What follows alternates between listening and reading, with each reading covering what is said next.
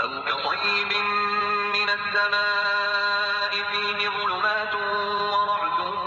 وبرق يجعلون أصابعهم في آذانهم من الصواعق حذر الموت والله محيط بالكافرين